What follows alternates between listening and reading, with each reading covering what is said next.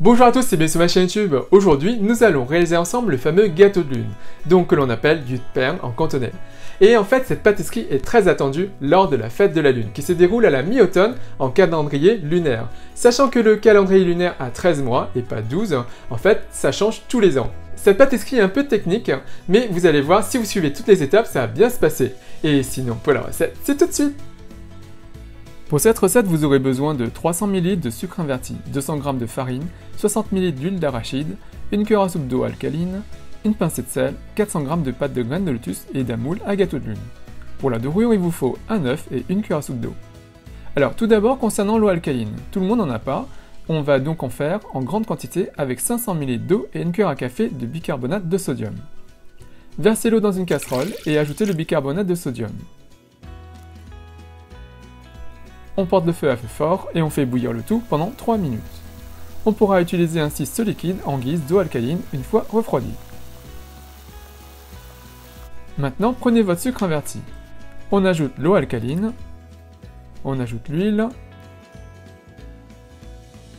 la pincée de sel, on ajoute une cuillère à soupe de farine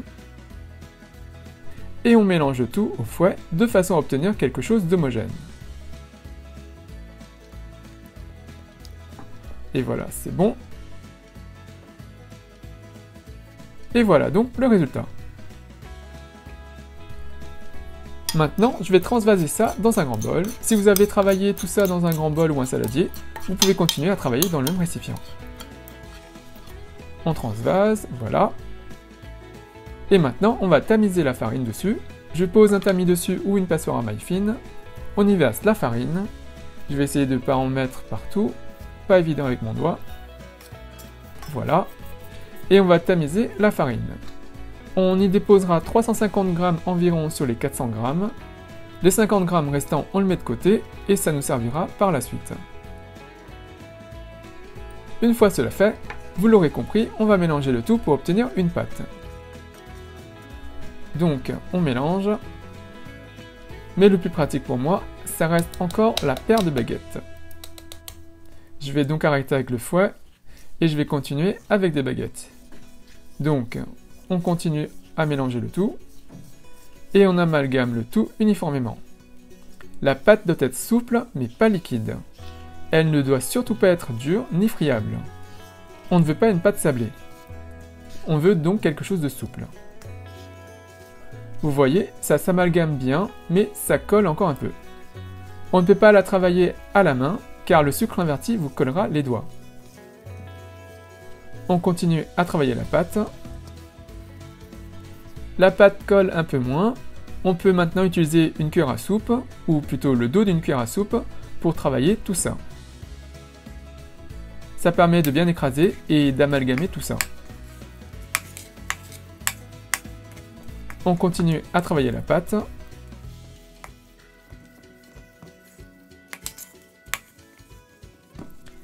Une fois que c'est bien mélangé, la pâte ne colle plus aux doigts, mais elle reste souple.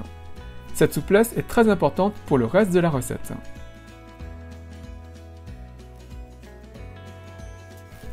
On recouvre d'un film plastique et on va laisser reposer la pâte pendant 2 heures.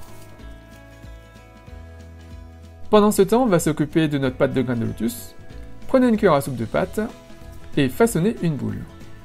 Malaxez bien la pâte pour la rendre souple et formez une boule.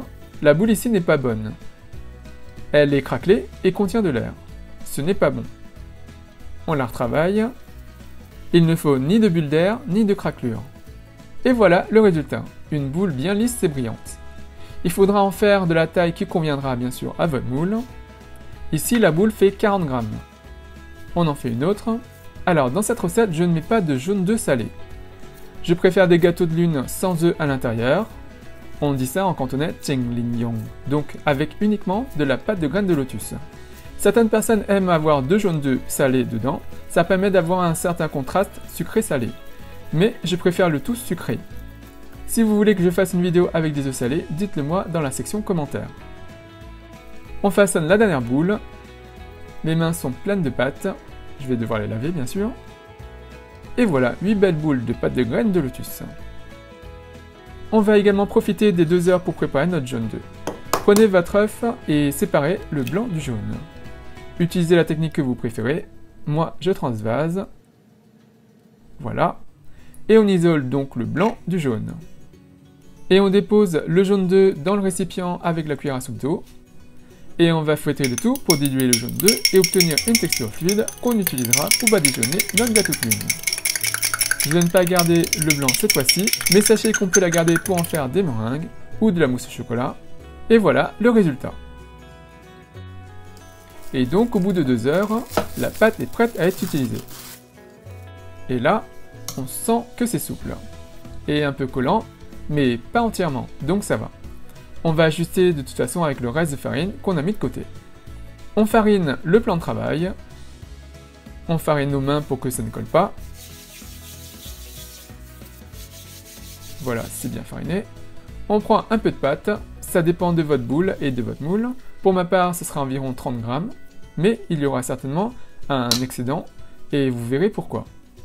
Donc, on prend la pâte et on façonne une boule. Si elle colle, on farine un peu la boule pour qu'elle ne colle pas. On enlève l'excédent de farine et on continue à façonner une boule. Ensuite, on aplatit la pâte sur la paume de la main. Si votre pâte colle, n'hésitez pas à fariner vos mains. Ensuite, prenez une boule de pâte de graines de lotus, on pose la garniture sur la pâte.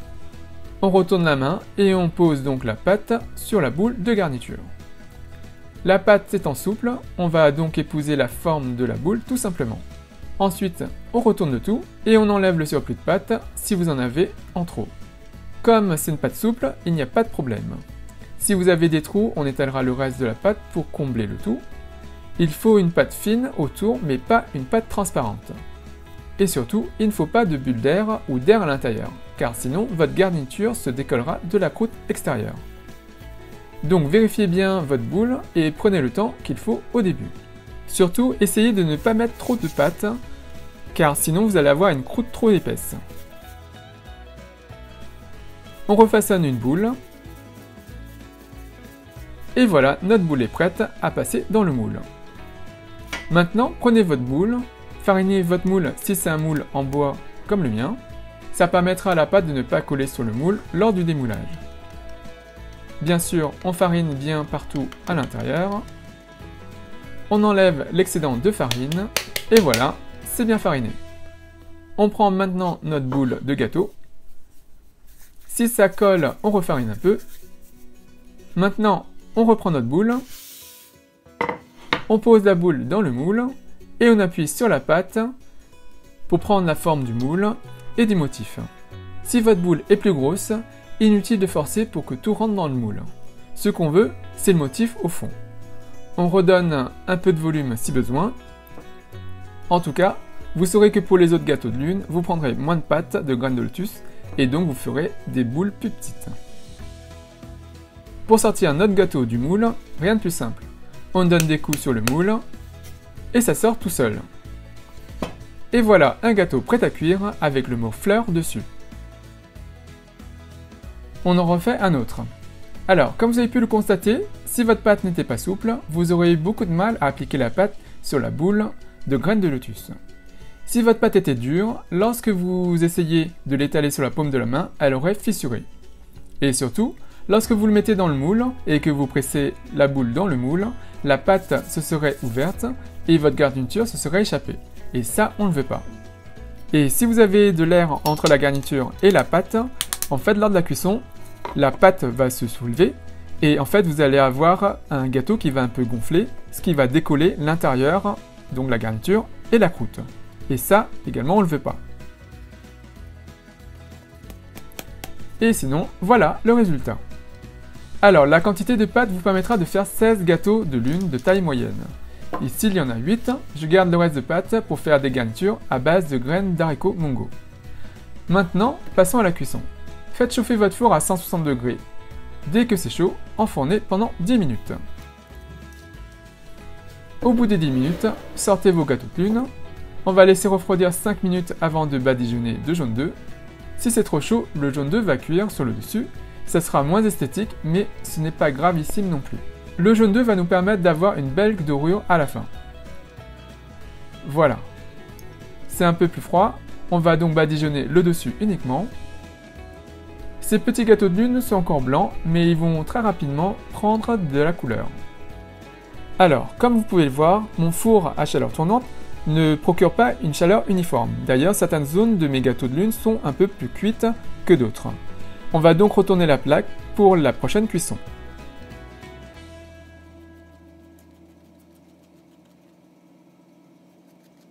Voilà.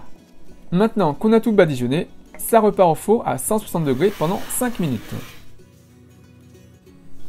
Au bout de 5 minutes, on les sort. Et de la même façon, on va attendre que ça refroidisse un peu avant de badigeonner. Voilà, c'est bon. On va donc rebadigeonner le dessus et également les côtés cette fois-ci. Un conseil, ne badigeonnez pas au début sur la pâte blanche avant la première cuisson, car vous risquerez de perdre les motifs sur le dessus car le jaune va assouplir la pâte. N'oubliez pas que votre pâte est toujours souple. Également, lors de la cuisson, si vous voyez que la croûte gonfle, c'est qu'il y a de l'air qui s'est formé en dessous. Pas de panique, vous ferez mieux la prochaine fois, mais sinon, avant de badigeonner de jaune d'œuf cette deuxième fois, vous pouvez tapoter légèrement le dessus avec votre doigt pour faire échapper l'air. Faites attention, c'est super chaud et faites attention à ne pas abîmer les motifs. Ça m'arrive encore d'avoir des gâteaux de lune qui gonflent un peu, et je sais que c'est parce que je suis pressé de confectionner ces gâteaux et que je n'ai pas pris assez de temps pour bien appliquer la pâte sur la boule. Des fois, être pressé et gourmand, ça ne va pas ensemble.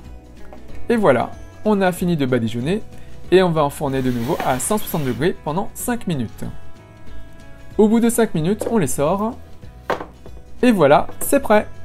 Et vous voyez, ceux du dessus avaient bien refroidi avant la deuxième étape de badigeonnage. On voit bien les motifs sur le dessus. Ceux du bas étaient plus chauds que ceux du haut. Et le jaune d'œuf a un peu trop cuit. On discerne moins les motifs. Mon four, même à chaleur tournante, ne cuit pas de façon homogène. Et ça se voit très bien. Et maintenant, on va devoir garder les gâteaux de lune dans une boîte et attendre 48 heures avant de les consommer. 48 heures, vous me dites? Eh oui! Si vous les consommez maintenant, la croûte sera un peu sèche, surtout le dessous. Au bout de 48 heures, l'humidité et le gras de la garniture vont assouplir la pâte. Et le sucre inverti va absorber cette humidité. Donc, on les range dans une boîte et on refermera la boîte avec son couvercle et on attendra 48 heures. 48 heures se sont écoulées.